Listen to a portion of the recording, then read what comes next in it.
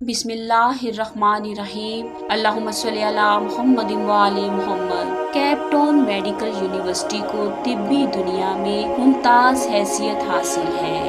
دنیا کا پہلا بائی پاس آپریشن اسی یونیورسٹی میں ہوا تھا۔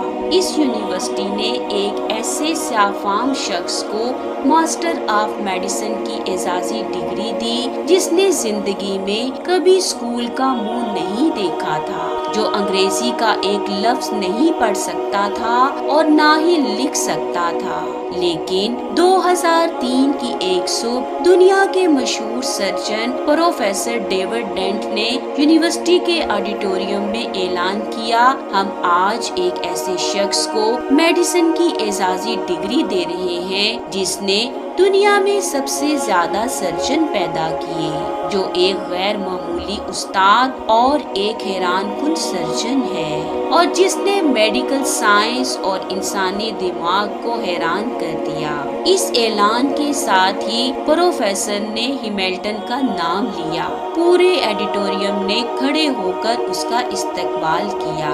یہ اس یونیورسٹی کی تاریخ کا سب سے بڑا استقبال تھا۔ ہیملٹن کیپ ٹاؤن کے ایک دور دراز گاؤں سین انٹونی میں پیدا ہوا۔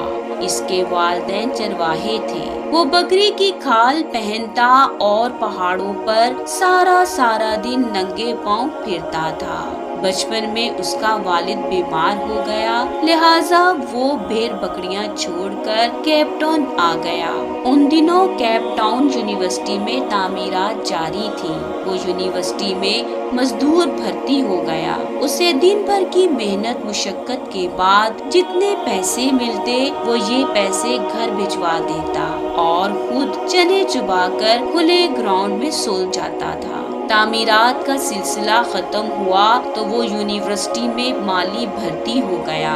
اسے ٹینس کورٹ کی گھاس کاٹنے کا کام ملا۔ اسی دوران اس کی زندگی میں ایک عجیب موڑ آیا اور وہ میڈیکل سائنس کے اس مقام تک پہنچ گیا جہاں آج تک کوئی دوسرا شخص نہیں پہنچا۔ ہوا یوں کہ پروفیسر رابرٹ جوینس زرافے پر تحقیق کر رہے تھے۔ ایک زرافے کو بے ہوش کیا، لیکن جو ہی آپریشن شروع ہوا زرافے نے گردن ہلا دی۔ چنانچہ انہیں ایک ایسے مضبوط شخص کی ضرورت پڑ گئی جو آپریشن کے دوران زرافے کی گردن جکڑ کر رکھے۔ پروفیسر تھیٹر سے باہر آئے، سامنے ہیملٹن گھاس کاٹ رہا تھا۔ پروفیسر نے اسے بلایا اور اسے زرافے کی گردن پکڑنے کا حکم دے دیا۔ ہیملٹن نے گردن پکڑ لی۔ یہ آپریشن 8 گھنٹے جاری رہا۔ ہیملٹن زرافے کی گردن تھام کر کھڑا رہا۔ دوسرے دن پروفیسر نے اسے دوبارہ بلا لیا۔ وہ آیا اور زرافے کی گردن پکڑ کر کھڑا ہو گیا۔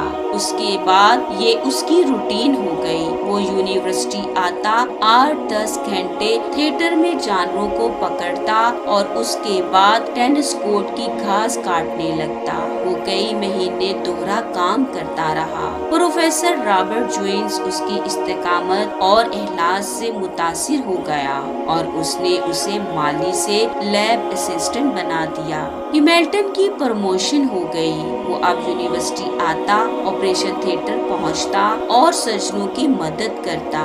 یہ سلسلہ بھی برسوں جاری رہا۔ 1958 کا ذکر ہے کہ ڈاکٹر برنارڈ یونیورسٹی آئے اور انہوں نے دل کی منتقلی کے آپریشن شروع کر دیے۔ ہیملٹن ان کا اسسٹنٹ بن گیا۔ وہ ڈاکٹر برنارڈ کے کام کو غور سے دیکھتا۔ ان آپریشنوں کے دوران وہ اسسٹنٹ سے ایڈیشنل سرجن بن گیا۔ اب ڈاکٹر آپریشن کرتے اور آپریشن کے بعد اسے ٹانکے لگانے کا فریضہ سونپ دیتے۔ وہ انتہائی شاندار ٹانکے لگاتا تھا۔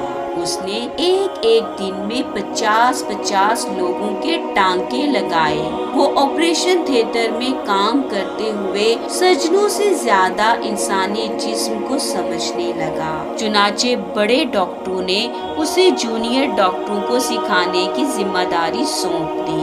وہ اب جونیئر ڈاکٹروں کو آپریشن کی تکنیک سکھانے لگا۔ وہ آہستہ آہستہ یونیورسٹی کی اہم ترین شخصیت بن گیا۔ 1970 میں جب جگر پر تحقیق شروع ہوئی تو اس نے آپریشن کے دوران جگر کی ایک ایسی شریان کی نشاندہی کی جس کی وجہ سے جگر کی منتقلی آسان ہو گئی۔ اس کی اس نشاندہی نے میڈیکل سائنس کے بڑے دماغوں کو حیران کر دیا۔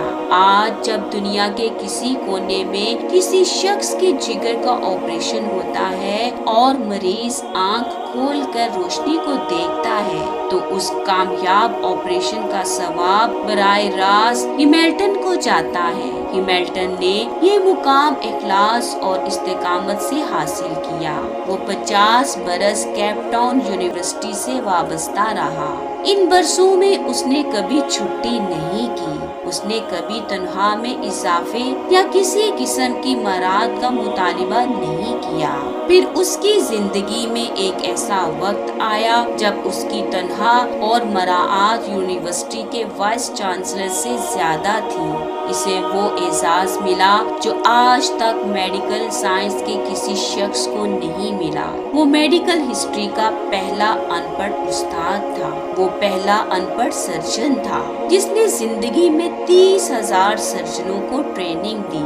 وہ 2005 میں فوت ہوا تو اسے یونیورسٹی میں دفن کیا گیا اور اس کے بعد یونیورسٹی سے پاس آؤٹ ہونے والے سرجنوں کے لیے لازم قرار دیا گیا کہ وہ ڈگری لینے کے بعد اس کی قبر پر جائیں، تصویر بنوائیں اور اس کے بعد عملی زندگی میں داخل ہو جائیں۔